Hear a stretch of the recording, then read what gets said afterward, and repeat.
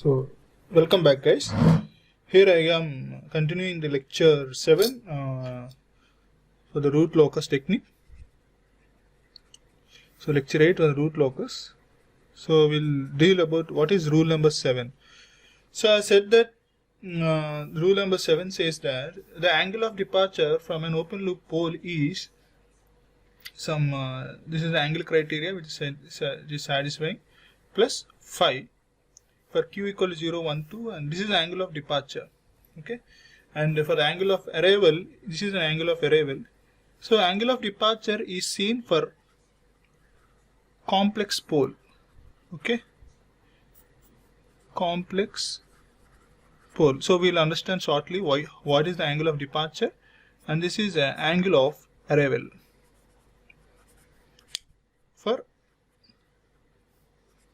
for complex 0.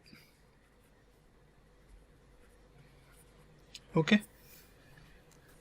so to understand this above things, I'm giving some for example. So for example, I have a system, let's say poles of 6 poles and zeros of let us have a 0, 1, 0. Okay, now I'm locating the poles. Let us say there is pole P1 at here, and pole P2 at here, and pole P3 from here, and P4 at here, and my P5 and P6 are my complex poles, and at 0 I locate 0 at somewhere, so let us say this is 0, Z1 or Z0. Okay, so I'm placing my pole zeros and all. Now what happening is, my root locus, this will tend somewhere at an angle of asymptotes. So we have seen that things. So without having any, it should be follow the asymptotic angle with some angle. I said what a angle of departure, it is an angle of departure. So we'll find that angle of departure means in this the 5 indicates the net angle seen by the, for I want to find the angle of departure for pole P5. So for the net angle seen by the complex pole P5 with the rest of poles and zeros. So how will I find the net, that phase angle? That phase angle can be found as, so I want to find the angle of departure with some asymptotic angle. It will start its journey, right? It is also start its journey. So I want to find the net phi here. Okay, so what I will find is, I will find the sum of the angle, net angle seen by the complex pole P5 with the rest of the poles and zeros. That means from pole P1, the angle seen is, let us say that is phi P1, and pole P2, let us say it is P2, phi P2, and from P3 it sees phi P3, and from this thing it is phi P4, and from P6 it sees phi P6, and from Z1 it sees, let it Z1, Z0. So the net angle it sees is, so phi Z0. So I always said that angles of zeros should be positive, minus angles of all P1, P2, P3, P4 plus P6, and we'll have some angle, net angle. Okay, so for angle of departure for this complex pole is, so if you make q equal to 0, we'll have 180 plus 5 for this pole at, for complex pole P5. If you want to make for P6, so whatever the angle we'll get, we'll negate it, negation of this for complex pole P6. Okay, these are the rules we need to follow. Now coming to what is angle of arrival. So always my root locus will terminate either at zeros or infinite. If my if my transfer function having complex zeros, so let us say my transfer function is having some x, something like this, and some poles, zero. In spite of poles, I am having zeros. So in between this, I have a root locus. In between this, I don't have any root locus, but in between this, I will have a root locus. But with some angle, it will get arrival. This root locus will get arrive at some angle. So that angle, so I'm just giving an example, but it's not exactly. So always we have seen that zeros are located in real axis. There is a chance of zeros locating on the complex plane. So the angle of arrival, in spite of like this, so I'm doing like this, sorry. So the angle of arrival, with what angle this root locus will arrive, we have to find. So similar to that is, what is phi is, let us say this is Z1 and this is Z2. This is P1, P2, P3. What is angle of arrival is plus 180 minus 5. Here 5 is the angle, total net angle subjected by Z1 to other one, that is sigma of poles phi Z minus sigma of phi P. So phi Z angle is subjected by only other thing is Z1. So phi Z2 minus of phi P1, phi P2 and phi P3. After getting this phi net angle, the angle of arrival is calculated as 180 minus 5 for this Z1. For this Z2, the angle of arrival is Z2 is negation of this. Okay, this is as simple as this. But majority of the complex angle of divergence will have a complex pole on the complex based on the complex poles. So you need not to worry about angle of arrival. Okay.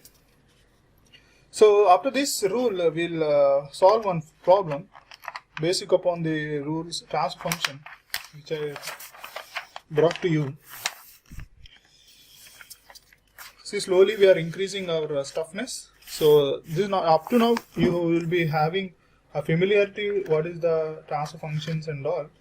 So this is to include my rule number 7. I have the transfer function k of s plus 1 divided by s square plus 4s plus 13.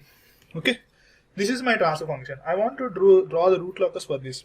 So after seeing this transfer function, what do you do? So step 1 is you have to find number of poles. Number of poles is 2. So order is 2, number of poles is 2, and number of zeros is 1. My 0 is located at minus 1 and my poles are located at, if you calculate with the 1, 4, 13. So having minus 2 plus or minus 3i. So my complex poles are rotating at this point. Okay. And now what are the number of branches? That is n equal to, since p is greater than 2, so n is equal to p, that is 2. That is 2 branches I am having. Okay, now how many branches are tending to 0? So out of this, since we are having one pole, 1, 0, out of this 2, one branch tends to 0, that is minus 1, and one branch will tends to infinite. Okay, up to this is clear. Now another thing is pole 0 location, step 2. So pole 0 locations, how we will do pole 0 locations? So why we do pole 0 location? Is for existence of root locus. So my poles are located at where? So my poles are located at minus 2 plus or minus t. So this is, let us say this is minus 2, and this is plus j3 and minus j3. Okay, now another 0 is located at minus 1. Now where the root locus is get existence, so the open space, so left of this I am having 3 poles. So the sum of poles and zeros are 3. Therefore my root locus will always exist here. So up to infinite this will be existence. Okay, there is no root locus here. Okay, my location of this root locus is also completed. Now what I'll do is, now in step 3 we'll find the angle of asymptotes. So angle of asymptotes, so what is that angle of asymptotes is plus or minus 2q plus 1 into 180 minus p minus z, where q equal to, so 1 is p minus z, so p minus z is what? 2, 1 only. So since one branch is tends to infinite, so q is equal to 0. If you substitute q equal to 0, what is the angle of asymptotes I obtained? Only 180. Okay, that means one pole is tending to infinite. Okay, and the step 4 is we have to find centroid. So in this case there is no point of finding centroid because angle of asymptotes is 1 only. So we hardly won't get any centroid. So let us, even though we'll find it. So real parts of poles minus real parts of zeros minus p minus z. So real part of poles is this one, minus 2 and minus 2 minus of minus 1 by 1. So minus 4. So minus 4 plus 1. Okay, let us say minus 3. So minus 3 is a centroid, but there is no use of centroid, finding of centroid. Why? Because if centroid is valid only if asymptotes is greater than 1. But here asymptotes is 180 only. So 180 degrees means the asymptotic angle will flow like this up to infinite. One branch is tends to infinite, right? That branch will go in this form. Now we have to find, there is no need of finding step 5 breakaway point. Breakaway. So yes, there is a need of breakaway point. Breakaway point. But here we will, these poles will send somewhere. So we'll see what is breakaway point here. So the characteristic equation g1 plus g of s equals equal to 0. So I'll having 1 plus k into s plus 1 divided by s square plus 4s plus 13.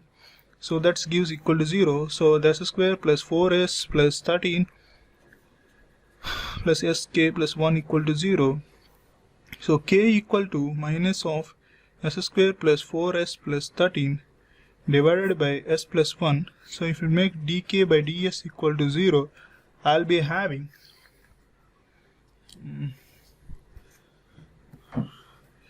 so this is u by v form. So v into, so s plus 1 into, what is the differentiation? V into det of u dash minus u into det of v divided by v square. So minus of 2s plus 4 minus of minus s square plus 4s plus 13 into 1 divided by s plus 1 whole square. So doing all this stuff, I obtained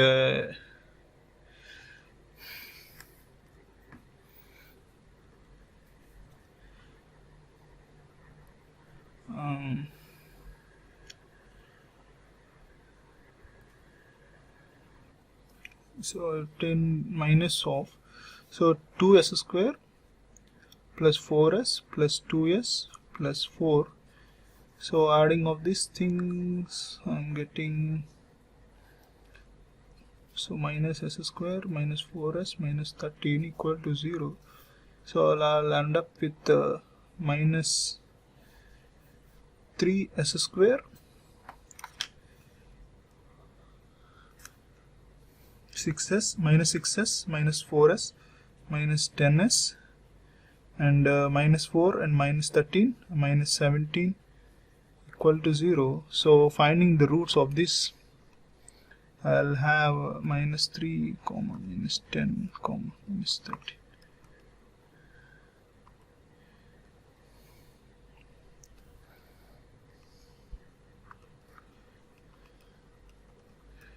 we did somewhere mistake. So I'm correcting the things, right?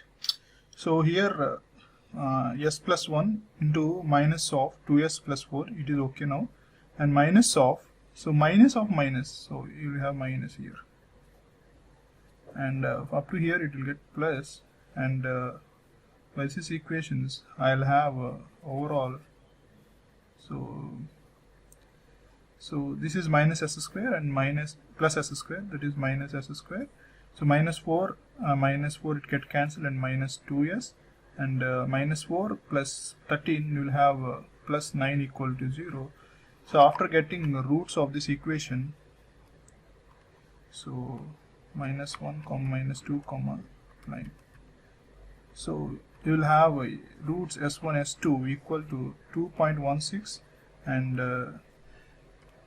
minus 4.16. So these are breakaway points. So since my root locus in the left of S plane, so plus positive root, it will be located here. This is invalid. But minus 4.16 means it will be there. This why question is, here will there exist a breakaway point? No. This minus 4.16 is making in here. That is, it is not breakaway, it is break-in point. Okay, minus 4.16 is break-in point, which will be located somewhere here. We'll draw that. Okay, so until now we just find the angle of asymptotes for 1 infinity and centroid. There is no need of centroid here, and the break-in point. And the next step is we have to find the angle of departure. Okay, so what is the angle of departure? So what I said is angle of departure for any one complex pole. Okay, we are interested to find the angle of departure this pole. So that is step 6, finding angle of departure for pole at complex pole, so pole at minus 2 plus 3j. So we'll don't draw exactly the co-location, but for angle of aperture we'll just draw, okay, minus 1, this 2. Okay, now we have to find what is this total angle subjected by this for this pole at minus 2 plus 3j. By other thing is phi equal to sigma of total j's poles at zeros minus sigma of angle by poles. So if you want to find this, what is the angle subjected by this one is, let us say it is p phi 1, and subjected by this pole is, let us p phi 2. So p phi 1 equal to, how will find this angle? So if you subtract this one, from here to here, it will be 180 degrees. So listen carefully, guys. From here to here, it will be 180 degrees. After negation, so 180 degrees minus this angle. If it means I'll get this angle. So how will get this angle means tan inverse of opposite by adjacent. What is that opposite is?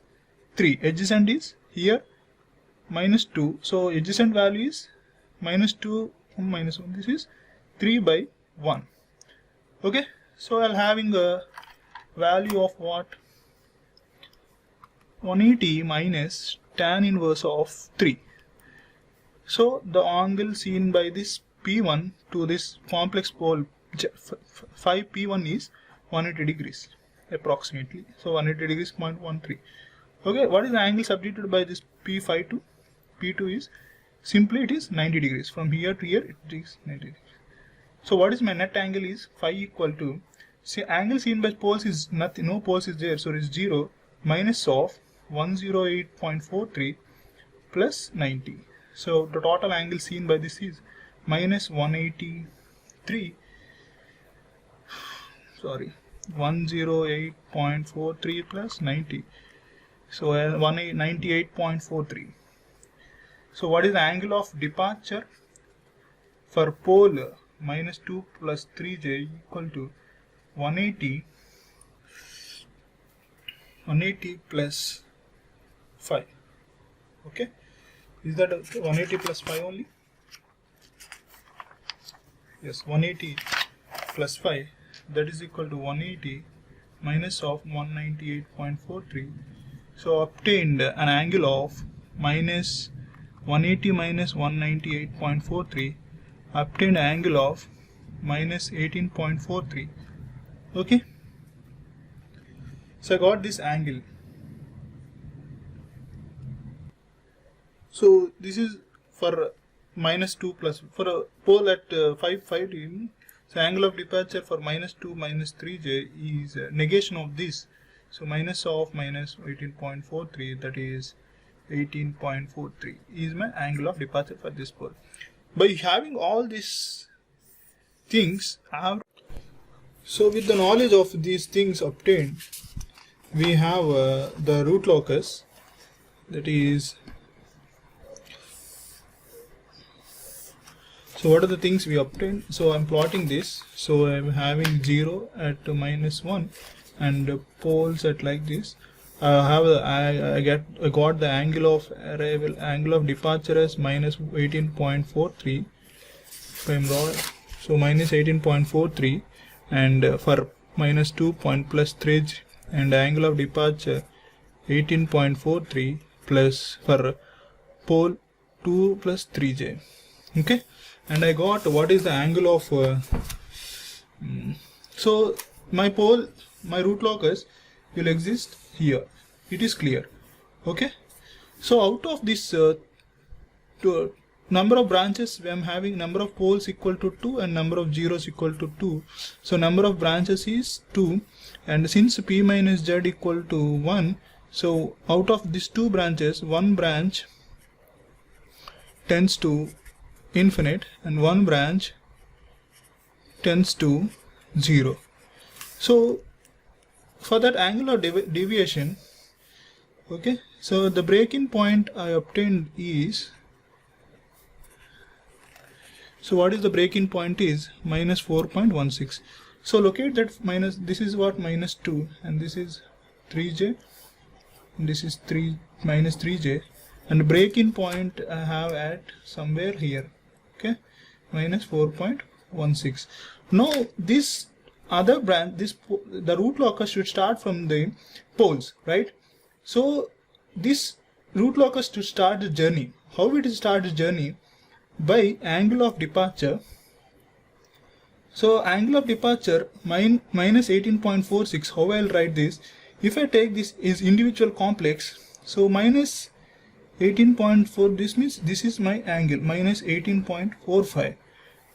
For this, what is the angle? Plus 18.45 is, this is my 18.45. Okay, so with the anti-clockwise direction, my route is always starts. So my root locus for this journey will start here and go like this, and this is with an angle of 18.46 will start in the clockwise direction and like this. So one branch